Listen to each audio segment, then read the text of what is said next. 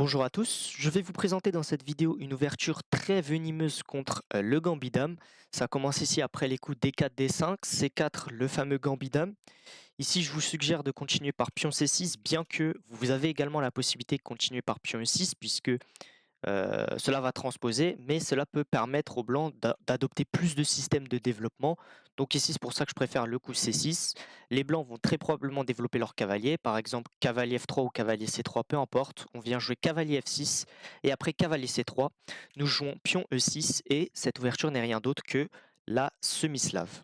Alors, la première chose que l'on peut se dire, et c'est probablement ce que vous avez pensé, c'est de se dire qu'est-ce que c'est que cette ouverture avec les noirs? On est là, tout ce qu'on a fait depuis le début de la partie, c'est créer une sorte de triangle de pions orienté vers le pion D4. Bon, on a l'impression que là, on est en train un petit peu de créer une position hyper solide, hyper passive, et où en fait, on va tranquillement attendre de se faire défoncer. Les blancs vont probablement continuer par E3, fou D3 et pion E4, et on va en fait tout simplement perdre le centre et n'avoir absolument aucun contre-jeu. Eh bien justement, non. C'est là que regorge le piège de cette ouverture, c'est de penser qu'en fait, les noirs adoptent une position très passive, alors qu'en réalité, ces coups sont en réalité des coups qui vont préparer beaucoup de contre-jeux. Je vais vous expliquer ça tout de suite. Le plan ici des noirs est assez simple. Ils vont chercher à détruire le centre des blancs, tout simplement. En fait, cela aura 2 effets. Déjà de, amincir, voire même annihiler complètement l'avantage qu'auraient pu avoir les blancs dans cette ouverture. Parce que souvent les blancs jouent le gambit dame dans l'objectif de jouer E4 et d'obtenir un fort centre de pion. Et bien là, on va essayer de tout faire pour que ce ne soit pas le cas et en plus de ça, non seulement on va empêcher l'avantage des blancs et on va également nous-mêmes créer énormément de jeux avec nos pièces. Par exemple, ce fou C8, là, portez une particulière attention sur ce fou C8, qui pour l'instant a l'air extrêmement triste derrière ces pions-là, mais vous allez voir que dans beaucoup de variantes, ça va devenir la meilleure pièce mineure de l'échiquier, une fois qu'on aura réussi à se débarrasser justement des pions centrales des blancs et qu'on aura également échangé nos pions.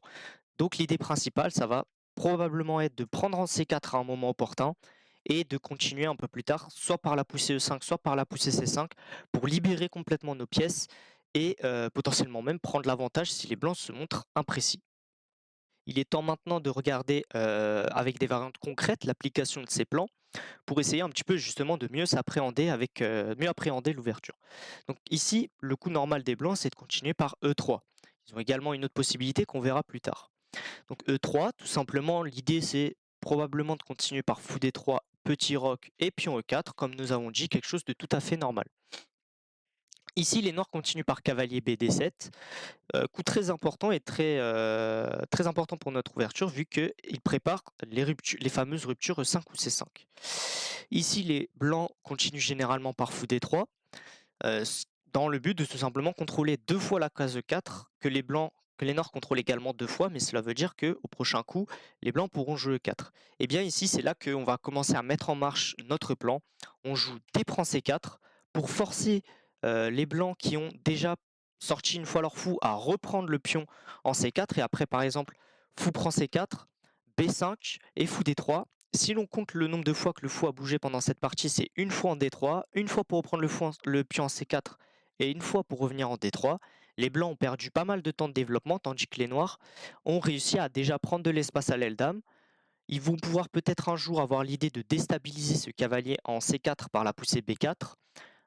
Ce cavalier en C3 qui est très important d'ailleurs pour soutenir la poussée E4. Ici, les noirs continuent par fou B7 et après petit roc par exemple. Il continue ici par A6. L'idée est assez simple, c'est de pouvoir protéger le pion C5, le pion B5 lorsque l'on va pousser C5, parce que si on commence immédiatement par C5, bah, le pion B5 est en l'air. Donc ici, après A6, E4 et C5, les noirs obtiennent une position très typique de la semi-slave où ils vont pouvoir avoir énormément de jeux. Ici, on se rend compte que les blancs ont leur pion D4 qui est attaqué, leur pion E4 qui est également sous pression, la menace B4 est très réelle. Et ils vont pouvoir peut-être même continuer un jour ou l'autre par C4, se créant aussi une belle majorité de pions, un 3 contre 2 ici, qui vont pouvoir actionner, mettre en avant pour pouvoir justement, tôt ou tard, se créer un pion passé à l'aile dame. Alors que les blancs auront beaucoup plus de difficultés à se créer un pion passé sur la colonne D, puisque les noirs seront prêts face à cela. Et donc en fait, ici on obtient comme je le disais avant, une position très typique. S'arrêter simplement là pour l'étude de l'ouverture, bon, ce serait peut-être un petit peu dangereux parce que les blancs pourraient continuer par D5 qui est le coup, un peu le seul coup critique ici et les noirs doivent continuer de manière précise, mais je peux pas en une seule introduction vous montrer toutes les variantes. Mais sachez en tout cas qu'ici vous avez une position très intéressante et que, vous allez vous pouvez totalement jouer pour le gain ici. Maintenant que nous avons vu les différentes idées, principales des blancs dans cette ligne est d'ailleurs la ligne principale face à la semi-slave, on va voir un petit peu quelles sont les alternatives possibles pour les blancs, parce qu'évidemment, ils n'ont pas qu'une seule manière de jouer. Alors ici, par exemple, au lieu de jouer fou D3 et après que l'on puisse immédiatement effectuer notre plan de D prend C4 et B5, ils peuvent jouer un coup d'attente, comme par exemple Dame C2 ou encore fou E2 ou B3. Vous avez compris le principe, c'est des coups un petit peu d'attente, de développement comme ça, dont le but en fait c'est de retarder l'arrivée du fou en D3 ou voire même ne pas du tout le mettre en D3 pour éviter que l'on puisse faire notre plan initial de D prend C4 suivi de B5 et A6 C5. Alors ce que l'on va faire dans ces cas-là, c'est tout simplement se développer également. Donc fou D6 ici, ça contrôle les cases clés E5 et C5 qui sont très importants et que l'on va devoir à un moment donné jouer notre poussée C5 ou E5 comme je l'avais dit un peu plus tôt dans la vidéo. Par exemple fou E2, sur fou D3 on pourrait très bien continuer par D prend C4 et B5 comme on en a l'habitude. Donc petit roc. Dame E7, donc on contrôle encore mieux ces cases clés. Et par exemple, après B3, ici, on vient jouer une manœuvre très importante, c'est B6 et fou B7. Donc plutôt que de jouer B5, fou B7, on va jouer B6 dans ce cas-là. L'idée, c'est qu'en fait, ce fou a l'air très très mauvais pour l'instant, hein, il est bloqué derrière ses autres pions. Mais il faut penser que dans cette ouverture, tant que ces pions-là, par exemple, se regardent, la tension est permanente et à tout moment, les noirs ou les blancs vont pouvoir décider de prendre ou pas le pion en D5 ou le pion en C4, ce qui fait que ça va complètement ouvrir la position. Et là, croyez-moi que le fou en B7 sera très loin d'être une pièce idiote dans cette partie. Ici, voilà, bon après, pour la suite de la partie, je vous recommande par exemple de placer les tours au centre, simplement tour D8 et tour C8. Potentiellement, si les blancs ne jouent pas trop et jouent un petit peu trop tranquillement aussi, vous allez pouvoir jouer C5 vous-même et engager un petit peu la rupture centrale et prendre le centre. Mais si à un moment donné, c'est eux qui ouvrent, vous aurez même des possibilités, par exemple par E4, vous aurez même des possibilités d'attaque sur le roi. On voit que les fous, par exemple, sont très très bien placés pour attaquer le roi, l'arrivée du cavalier, l'arrivée de la dame peut se faire assez rapidement, donc vous pourrez avoir également pas mal de menaces. Nous voilà donc parés sur les différents systèmes que peuvent adopter les blancs après le coup pion E3. Mais maintenant, que se passe-t-il sur l'alternative que je mentionnais plus tôt, qui est ici fou G5? L'idée c'est très simple, c'est qu'en fait les blancs cherchent immédiatement à activer leur fou avant de fermer la chaîne de pions avec pion E3. À noter que s'ils jouent pion E3 immédiatement, s'ils jouent pion E3 immédiatement, leur fou n'est pas condamné, étant donné que les blancs ont l'objectif de jouer E4, le fou pourra se réactiver plus tard. Mais ils peuvent très bien décider de le faire tout de suite. Et alors comment on peut réagir avec les noirs ici? Eh bien en fait ici, on pourra jouer le coup H6 pour immédiatement questionner le fou. Donc c'est le coup principal, le H6. Questionner le fou sur ses intentions. Donc tout simplement, si les blancs prennent en F6, on va pouvoir reprendre de la dame et se saisir du coup de la paire de fous. On voit que l'on a le fou de case nord et que les blancs non plus. Et là, on va avoir une partie assez tranquille en général, avec C5, 5 comme d'habitude, les fameux plans, les fameuses ruptures. Euh, les blancs vont pouvoir assez facilement jouer E4 par contre, puisque l'on n'a plus ce cavalier F6 qui avant bloquait l'arrivée de ce pion en E4.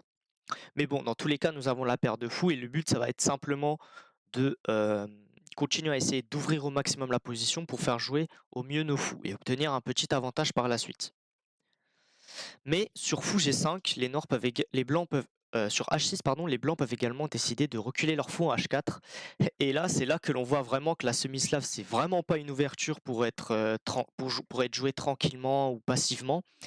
Ici, le coup principal tout simplement, et je pense la seule manière pour les noirs de bien jouer, c'est D prend C4 tout de suite, et l'idée après que les blancs aient joué E4, puisque maintenant il n'y a plus le pion D5 pour empêcher E4, c'est de continuer par G5, et après fou G3 de continuer par B5, et d'obtenir comme ça une position très étrange où Les noirs se sont un petit peu, ont pris beaucoup d'espace à l'aile roi et à l'aile dame, qui c'est peut-être des petites faiblesses à terme, mais en attendant, les noirs ont un pion de plus et les blancs, du coup, doivent, renoncer au développement, rapide et facile de leur fou. Par exemple, en D3, il va devoir aller sur la case de 2 qui est un petit peu plus passive et ici, les noirs ont un pion de plus. Alors, la suite de la partie pourrait continuer, par exemple, pour les noirs par cavalier BD7, fou B7, dame B6. Je vais pas entrer dans les détails des variantes parce qu'il y en a beaucoup pour les blancs et ça nécessiterait une vidéo à part.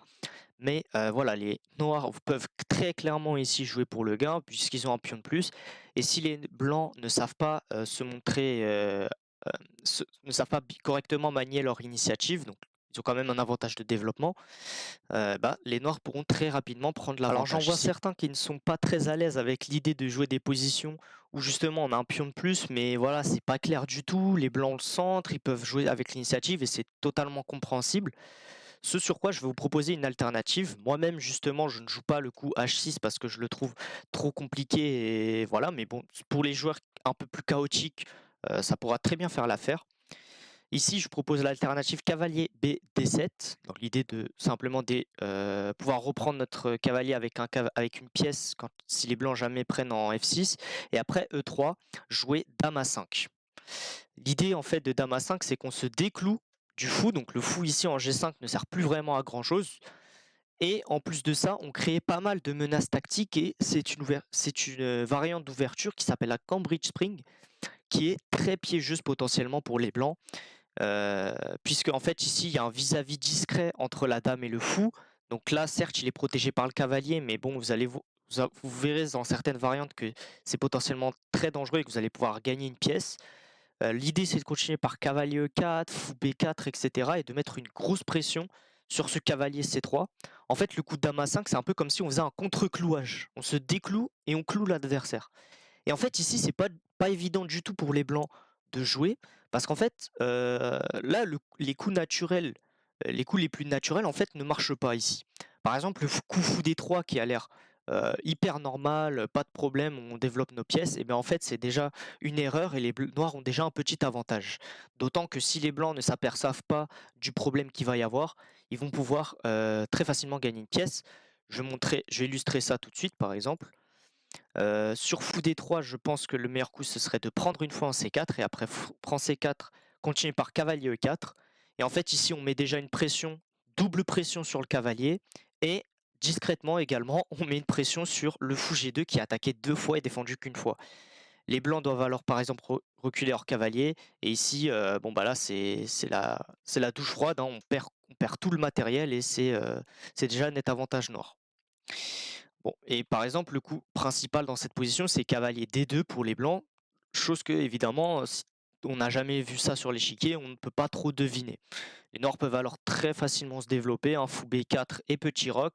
Cavalier E4, c'est que dans certaines situations où on va pouvoir mettre la pression sur le cavalier, mais en général, c'est pas forcément obligatoire, d'autant que là, c'est protégé plusieurs fois. Et voilà, on obtiendra une position tout à fait solide et beaucoup plus abordable pour les joueurs qui cherchent un peu plus de la sécurité.